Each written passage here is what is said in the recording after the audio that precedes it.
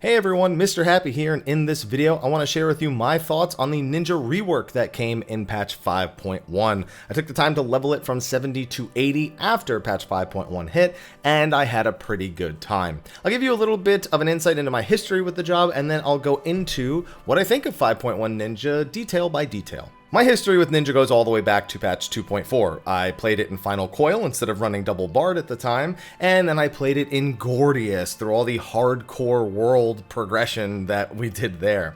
And then I just kind of left the job alone. I didn't play it in 3.2 or 3.4 for either of those raid tiers, and in 4.0 I looked forward to seeing to what the job would get.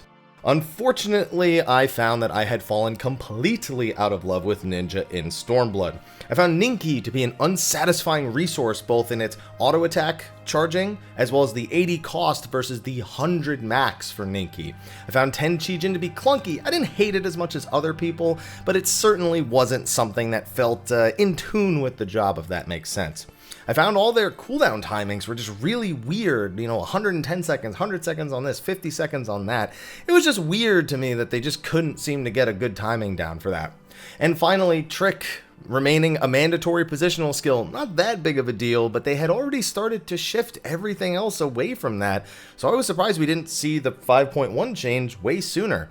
I tried to play it a little bit in Stormblood, but I just couldn't find any fun in it, so I waited patiently till Shadowbringers came out. Once 5.0 hit, my opinion really didn't change that much. There were certainly some things that were improved, but I still found that it had similar issues and was just an unsatisfying DPS to play, especially for the incredible amount of effort to play it at the highest level.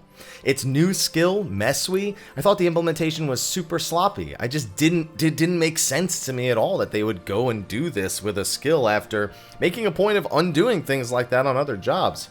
The good news is at least Ninki was on weapon skills, but it just, again, really wasn't for me.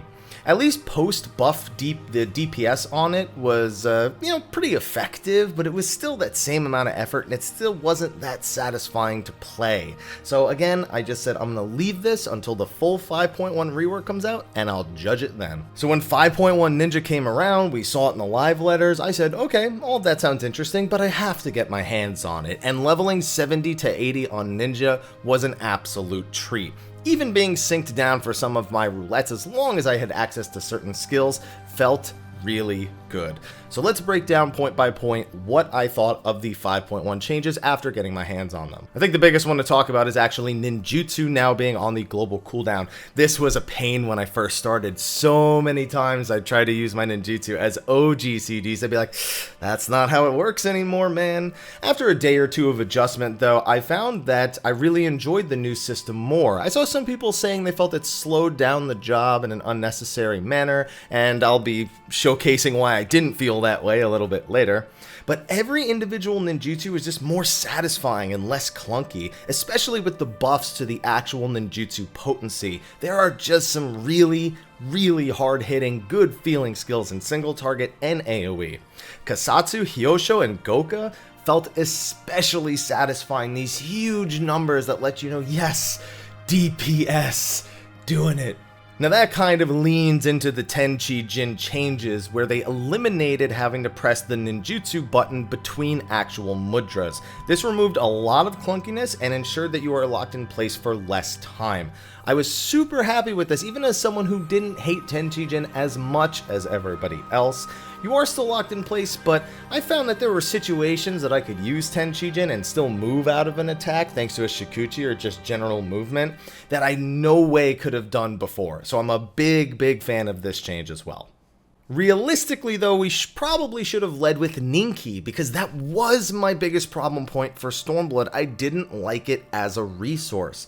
Ninki was 80 cost for any of the abilities before with a maximum of 100. Now Ninki skills cost 50 of the resource with a 100 max.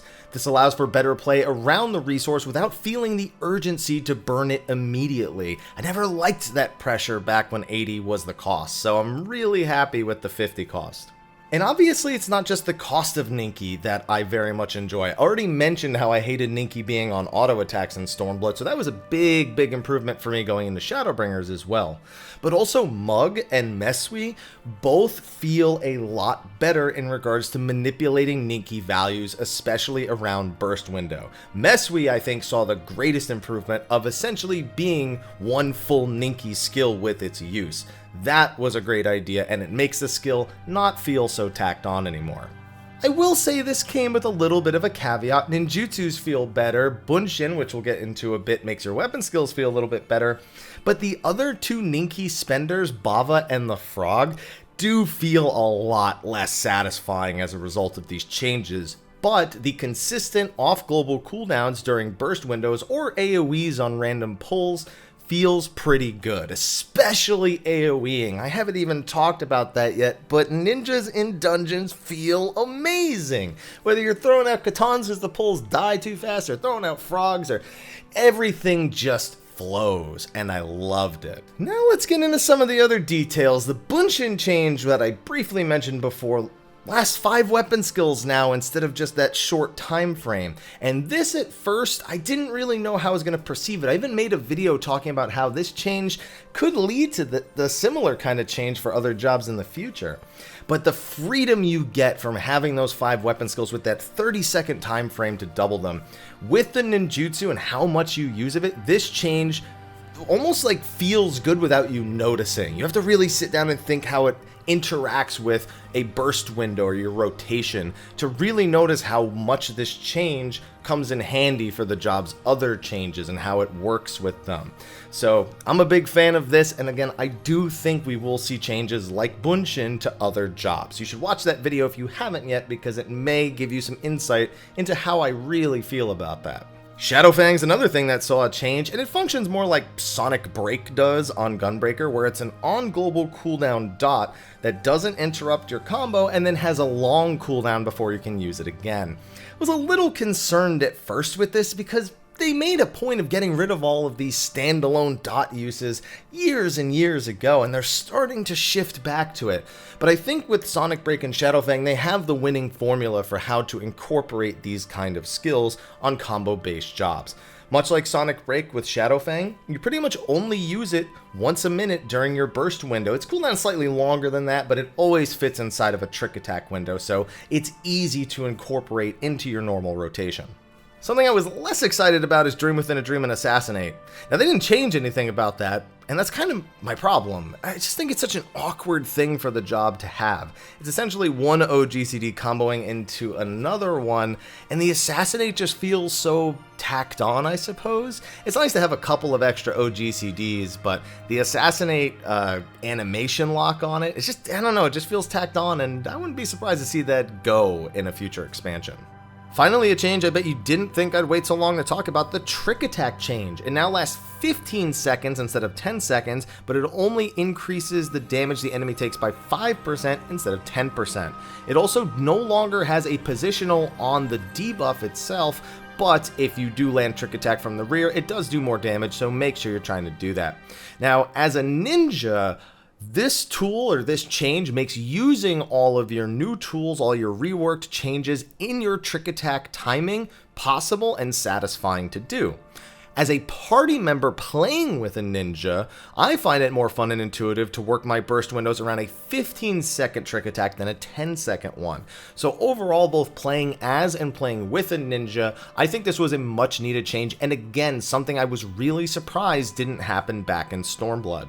Overall, all of these things came together in what I found was one of the jobs I had the most fun leveling so far. And mind you, I only have Monk, Samurai, and Dragoon remaining to level, so that is a lot of jobs to compare it against. Everything just makes sense more on Ninja now. The burst windows make more sense, your ninjutsu's more satisfying, your skills all have a purpose, which can be a little overwhelming when you're picking up the job if you haven't played it for a while. I took the time to go to the Balance Discord and learn learn the opener that was posted there. This is not my opener you're going to see me do. I want to make that very, very clear. And by the time I got it down, it just felt amazing. I'm sure during a normal fight, the assassinate animation lock may come to be a problem for me. And of course, Tenchi-Jin still does lock you down, so if you do time it wrong, it could still lead to some problems. But I found that overall I had a really good time learning this opener, and it didn't take too long to learn either. Now in the footage I'm going to use here, I left the Doton out because I was on a training dummy. If you really want to practice the Doton, you could drop it out of range of the training dummy and then do the rest of it. And I also didn't use a dexterity pot just because I didn't feel like using one for the sake of this. I didn't even have like an ether or a potion to throw at it, just for the muscle memory, I suppose. And this is still how it looked, and I think this looks pretty good.